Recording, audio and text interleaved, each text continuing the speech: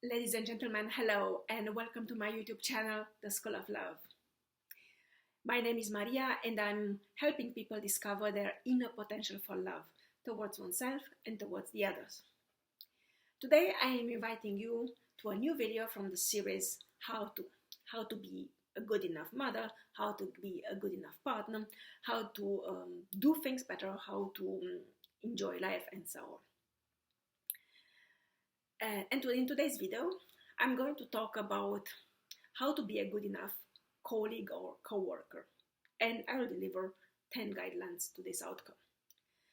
To start with, a disclaimer, as always, when I talk about how to be a good enough colleague or coworker, I do not promote by any means mediocrity. What I mean by to be good enough is to attain a specific level of a life of contentment, which includes a sense of balance in all areas of existence, which then might inspire you, if you wish so, to look for extraordinary results. But the first level in having a sense of contentment rather than happiness is so volatile and so like a butterfly. Yeah? You think you got it, and then something happens and it's gone again. And then you start chasing it again. And then you catch it, and again, it seems always a little bit out of reach. So in order to attain a life of contentment with a steady sense of balance, being good enough in various areas of your existence is actually the first step. So in today's video, I'm delivering 10 guidelines. They are not rules, they are not laws, they are not ideas, they are just guidelines for you to help becoming a good enough colleague and co-worker, which then might help you to aspire for an extraordinary existence. So number one is be productive. As much as we talk about emotional intelligence and all sorts of compassion, showing compassion and showing the willingness to help, being productive is actually the foundation of any healthy work environment. And while we will all understand that it is not possible to be productive all the time, like to give your 100% all the time, aspiring for an average of 60 to 80% per week, I think is a healthy measure of organizing your productivity. So be productive, be as professional as you can, regardless of whether you really enjoy your work or not. In any job, in any profession, there is at least 20% of things we do not like. Yeah, this is life. But if you have an average of 60 to 70% which you do enjoy and you feel a calling for it, then you're really lucky and really feel great gratitude for that gift. Number two, constantly improve yourself, either by attending formal training or by reading on your own. This is again a sign of healthy work environment, is when employees and colleagues friendly challenge each other to become better, to educate each other, to educate themselves and to educate each other. Relying on knowledge and acquired in high school or university, depending on what exactly you're doing, and then on pure work experience gathered throughout the years or decades at the workplace is not a recipe for success or recipe for balance anymore. So, due to the fact that we are living now much longer than our ancestors would have ever dreamed of, we have to actively and even proactively improve ourselves, read books, participate in seminars, in workshops, connect with like-minded people and exchange ideas and find a way to contribute constantly to the development of the enterprise we are working in. Number 3, which connects to number 2, is show initiative and be proactive in your ideas and suggestions. So when interacting with your colleagues, understand that you all have the same ideas, that is, to contribute to your company, to your work environment, and in a larger sense to the society. There is not really a competition. I mean, of course, we are all driven by this sense of competitiveness to become better, to move forward in life, and so on. But it is a sign of a healthy work environment where we can cooperate with our colleagues in a friendly and compassionate manner. Number 4, keep an open mind to any outside situation, so in the society at large, outside your immediate work environment and within the networked institutions. So both related to the workplace and to the world at large. Being informed and up to date is always a huge advantage in any interhuman environment, but more so in the workplace. So you must have a vision of what's happening in the wider world so that you can see the advancement of your work environment, of your specific job and profession in the larger scheme of things. You cannot rely on your boss telling you what you do forever once you got your position, even if it's a lifetime employment, which is rare and it's becoming increasingly rare, but still for some of us this is the idea. You have to keep yourself up to date. You have to see yourself, your position, your profession, your wider professional network from the perspective of the future development, both technological and ideological, and then come with ideas, and contribute, proactively contribute. Which leads into number 5 is learn how to negotiate. Negotiation is crucial in family dynamics as well, and learning to express yourself clearly, to understand the position of the other, and then to think in terms of win-win is a survival skill in an interhuman interaction. And the greater the group, the more necessary it is.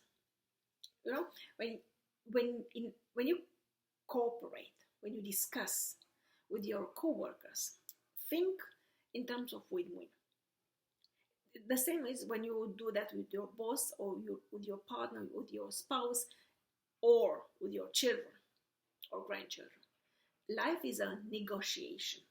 You must bring something to the table, and you must see how what you bring to the table fits in with what the other person brings into the table. And the secret of life, the secret of success in life is to think in win-win terms, not what I can get from you. Of course, ideally, we surpass at some point in our more mature years this transactional way of thinking. But from my experience, I think it is more realistic to think in terms of most people will always think transactionally. So instead of idealistically think, I don't want to think everything in terms of a transaction, it's better to think in terms of win-win and then adjust your expectations to what the other person has to offer. Number 6, have clear boundaries. Express them clearly and consistently. If they're crossed, be kind in reminding your co-workers of them. Enforce consequences for repeated crossing. Otherwise, you come across as weak and you might end up being taken for granted. I talk from experience again, unhappy experience. One of the worst things that can happen to you in life is to be taken for granted. Taken for granted means essentially that you are not respected, that people do not care about you, and they just burden additional tasks on you, or have requirements or requests, and do not think to reciprocate respectively, to find some sort of compensation for your extra work. So in order to avoid this kind of situation, which is very toxic and is a breeding ground for resentment and then for mutual contempt and revengefulness, there's like it only gets worse if once you allow for your boundaries to be crossed. You must be very efficient in setting and enforcing boundaries, and then in case those boundaries are violated, in showing up consequences consistently. So, and this brings me to number 7. One of the most important boundary, which my experience shows must be kept upright, is to separate professional life from private life.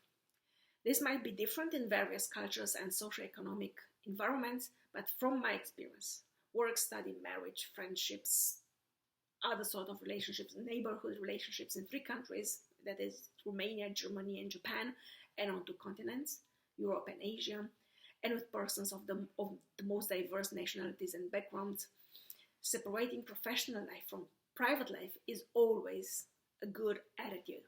You can do it explicitly or more discreetly, openly or rather passively, but keeping your privacy is always of advantage. And this means also that you respect the privacy of other people. So this means simply you are not burdened with their personal problems, which then might interfere with your ability to judge clearly when problems or issues at work appear, and they always appear. And you also do not make yourself vulnerable to those you are involved professionally, which then might put them in awkward situations when issues or problems appear, or they might start to manipulate you by using your vulnerabilities against you. So it is always an advantage to keep your private life to yourself. And even in more difficult situations, we all have tumultuous times. Sometimes the more private you are, the more discreet your private life is, the better. So this ties up nicely into number 8. Understand that work is or should be only a third of your life. So I talk in another video about this 3-dimensionality of human identity, which refers to the fact that we are men or women or whatever gender we might identify with. This means we own up our sexuality. We are fathers and mothers, in case you have children, but otherwise also in terms of our belonging to an immediate circle, which is family, nuclear family, or extended family in some cases. And then we are citizens. In my case, so we have a profession, and we are part of a greater whole. Like I'm a scientist, researcher, or teacher, and this is my contribution to society and to the future, beyond being a mother and a partner. And work is only a third of this, of your own identity. Which is why it is important, it is crucial to keep a healthy balance and prepare to quit when things go to your disadvantage for a prolonged period of time. It means not over a week, but if things go out of control in terms of workload or work time frames, for let's say longer than half a year or 1 year, you have to think very seriously about changing jobs, or about asking for a substantial rise, or doing something so that you regain control of your life and regain the sense of 3-dimensional balance. Number 9, be friendly with your co-workers, but keep in mind always that they are only co-workers, not your friends or family. So for your friends and family, you are unique, you are irrepressible, but for your colleagues, that is not the case. So do not get involved in gossip, and report as discreetly as possible any case of mobbing and any sort of harassment. This exists. I'm not I'm not about I'm not talking about going and reporting everything to your superiors, but mobbing and harassment is a big no. Do not allow for it to happen, because then you become an enabler of this sort of very toxic behaviors. So report discreetly and early on. Don't allow for things to develop in a dangerous spiral and to spiral out of control, because this is like a tsunami, which when it falls apart, it destroys everything in its way. And last but not least, number 10, and the most important, is the first law of power in Robert Greene's seminal book, The 48 Laws of Power. Do not outshine your master, that is, do not outshine your boss, that is, be cooperative and supportive with your co-workers, even though sometimes it might seem that you get the short end of the stick. I am a strong believer in the good which prevails. If only a critical number of us does the right thing, a critical number of times, regardless of circumstances. So what this means is to not have this relentless sense of competitiveness at work.